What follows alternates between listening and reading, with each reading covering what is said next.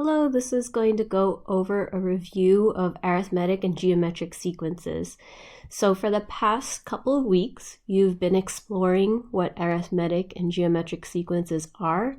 You got to see them as a graph on a table, and then you also got to write them in explicit or recursive form. So make sure you have these formulas in your notes. This is the explicit formula for an arithmetic sequence. This is a geometric form, the explicit formula for the geometric sequence. And remember that when you're talking about a sub n, that's just asking for the value of the nth term in the sequence. A sub 1 talks about the first term in the sequence. N is the number term, and then D is your common difference. So just an example of an arithmetic sequence is 1, 3, 5, and 7, and it can keep on going. And your common difference is 2. You can find the common difference by subtracting one of its terms by its previous term. Another way of saying that is by saying minus an minus an minus 1. An minus 1 stands for the previous term. So that's why in the recursive form, you would see this as it's taking, in order to find your nth term, you need to take the previous term value and add its common difference. Another way of writing out your recursive form is if you have an plus 1, and then it still refers to the previous term, so you're just taking away 1 from it, it would be an, and then plus d. So sometimes you will see it in both ways. For geometric, you have, again, an equals a sub 1, that's again the first term, and you're multiplying it by r to the n minus 1. R stands for your common ratio. So you know it's a geometric sequence if the terms are going by some multiple. It's multiplying by the same number. So we call that a common ratio. So for example, in this sequence, 1, 3, 9, 27, you have it's multiplying by 3 each time. Another way of knowing what the common ratio is you can take any of the terms and then divide it by the previous term. So you can say r is equal to a sub n divided by its previous term, a sub n minus 1. So for your recursive form, it looks pretty similar, but you're just going to be taking its previous term, multiplying it by the ratio. So let's go over some examples. You can look on page 305 in your textbook and follow along with me with a couple of examples. You feel free to skip through any of these examples and see if you get the correct answer as well. And then you should feel pretty good about being able to use these formulas for arithmetic or geometric sequence. Okay, so let's see. On page 305, I'm going to look at a couple of problems from in 2, 3, and 4. Determine whether or not each sequence is arithmetic. If it is arithmetic, use the explicit formula to write a general expression in terms of n. So this one is 4, 12, 20, 28. It's going by, if I just take one of its terms and subtract it from its previous, we can see what that makes. I do 12 minus 4, and that's going to be 8. And then I look at the next one, 20, subtract 12, that's 8. 28, subtract 20, that's also 8. So there is a constant difference in here. So it's going by 8. It is a an arithmetic sequence. So let's use its explicit formula to write out that expression. I'm going to use, again, your explicit form is a1 plus n minus 1 times d. So I'm going to then take my first term is 4, and the other term that I need, the other parameter that I need, since really these are the only things that you'll need to substitute into your formula to get the entire expression. So I need D, and we said that common difference was 8. So my expression would be a sub n equals 4 plus n minus 1 times 8. For B, I see I have 5, 10, 20, 40. I'm going to see if from 5 to 10, that's adding 5. From 10 to 20, that's adding 10. So I can already tell that this is not an arithmetic sequence. So not an arithmetic sequence. C, 4, 0, negative 4, negative 8. That is going to be decreasing, but even if it's decreasing, it may have a constant difference. And from 4 to 0, it's subtracting 4. 0 to negative 4, that's also subtracting 4. And then negative 4 minus 4 will give you negative 8. So yes, this is an arithmetic sequence. Let's use the formula again. I'm substituting A1. This one also happens to be 4. That's the first term. And the common difference here is negative 4. Okay. So these are going to be my explicit formulas for those arithmetic sequences. Let's see, for number 3, I'm going to look over A, B, and C here. And this time is if it's arithmetic, then let's use the recursive formula to show that.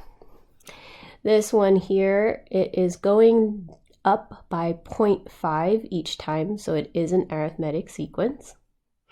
I need to make sure to note what the first term is here. So there's actually 2 parts in your recursive form. You need to define your first term, and then you go ahead to write out an equals an minus 1 plus your difference. And we said the difference was 0.5. Okay, so let's just remember they should have 2 parts to it in your recursive formula. If you don't have the first term, then you're not really telling much about this because you don't know what the previous term was.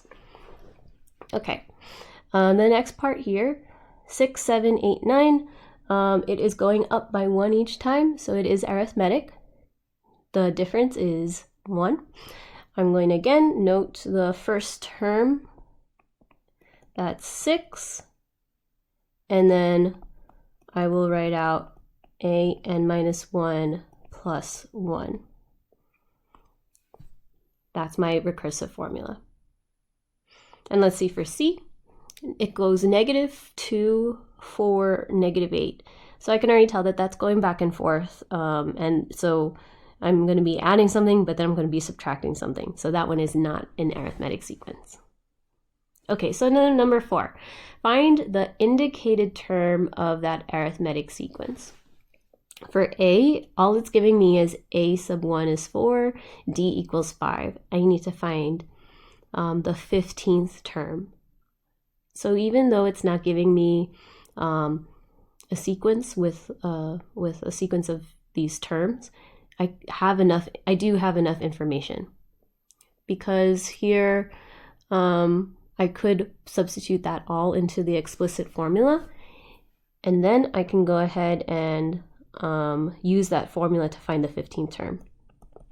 So again, I'm using A1 plus N minus 1, N minus 1 times D. I know A sub 1, that is 4. And then I have N minus 1, and D is 5, so I have 5 there. Now I can go ahead and use this to find out what the 15th term. So instead of N, I'm going to substitute in 15. And so I'm going to put 4 plus 15 minus 1 times 5. Now let's go ahead and use order operations to show that.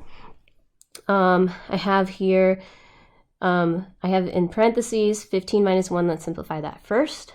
So that's 14. I have 14 times 5.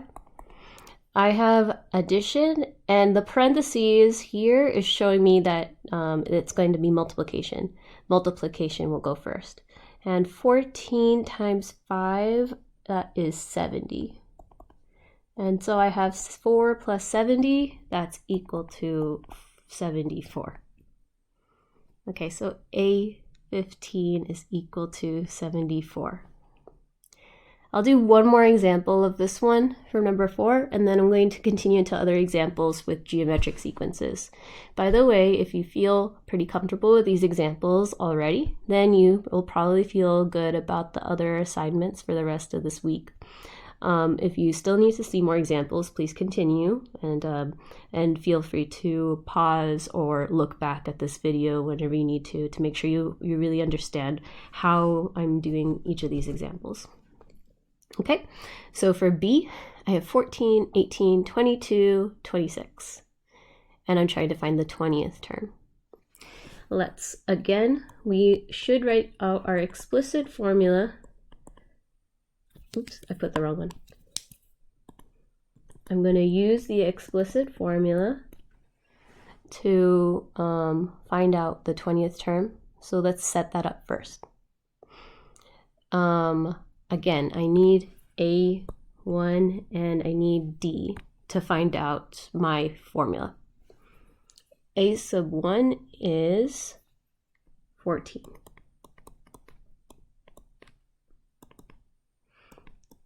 N minus 1.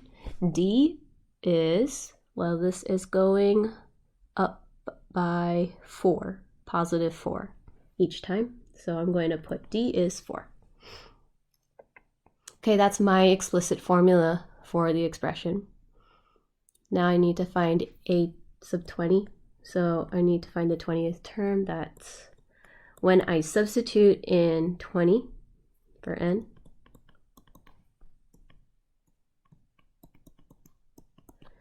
I have 14 plus, again, I'm going to simplify inside the parentheses, 19 times 4. Again, with order operations, multiplication goes first. 19 times 4, let me put that as a side note. That's 76. Okay, so 14 plus 76, and I should get 90.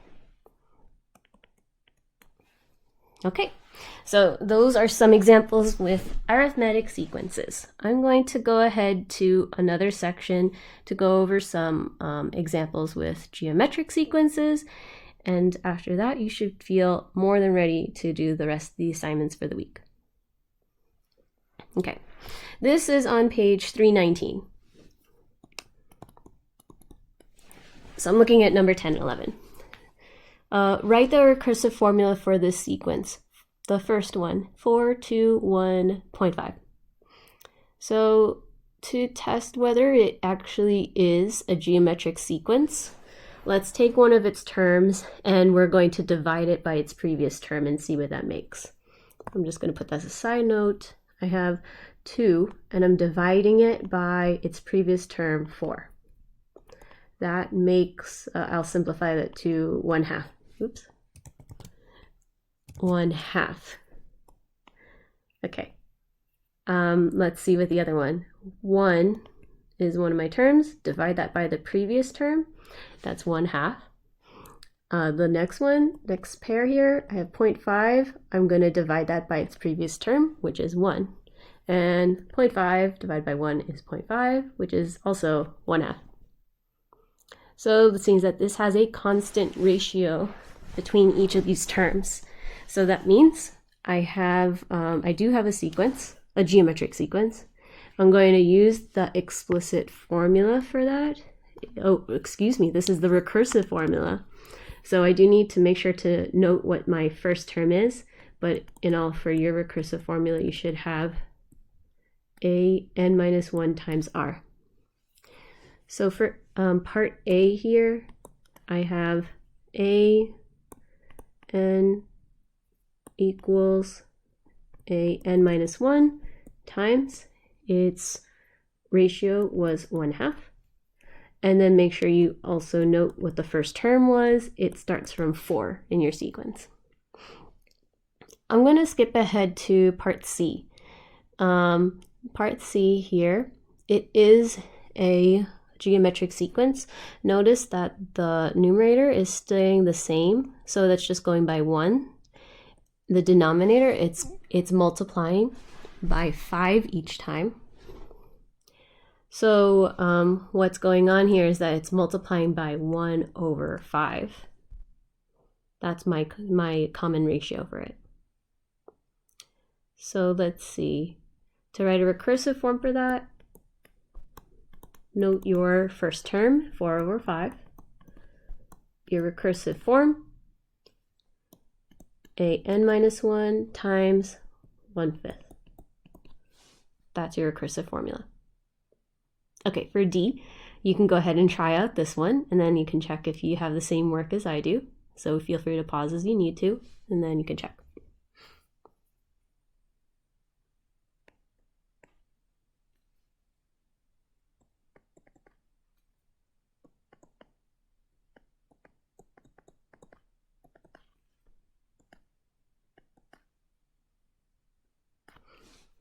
So what I did to find out the common ratio is dividing 5 by the previous term, negative 45. I got negative 1 over 9 as I simplified the fraction. So for the recursive form, you have A1 is 4 over 5. Oh, did I make a mistake in here? Oh, excuse me, that's negative 45. I looked at the wrong one. Negative 45. And then I have a n minus 1 times negative 1 over 9. Okay, so that's for recursive formula. Let's look at a couple examples with explicit formula. These are the same sequences, so let's see. I'm going to look at A, C, and D again. The explicit form is just taking what we did again. We found out the first term, we found out R, so it's just substituting into the explicit formula A1 times R to the n minus 1. So I should get for part A, I'm going to have 4 times 1/2 R to the n minus 1. For B, I'm going to have 4 over 5 times 1/5 to the n minus 1. And if you're getting confused by what's being taken a power to, you can put parentheses around it. That's fine. And then C, you should get an equals negative 45 times negative 1 over 9 to the n minus 1. Okay, I know that the last one, D, for both the sequence for D is a little confusing because it has a negative and then a positive and then a negative. So it will switch signs each time. If you notice that it is switching signs every time, then you should have R is going to be a negative value. Okay, so these are all the examples I'm going through to review arithmetic and geometric sequences, and then you have a couple of assignments to go with that. Please make sure that you're completing the work and do your best to show all the work by submitting a photo and make sure that you're reading all the instructions on the task.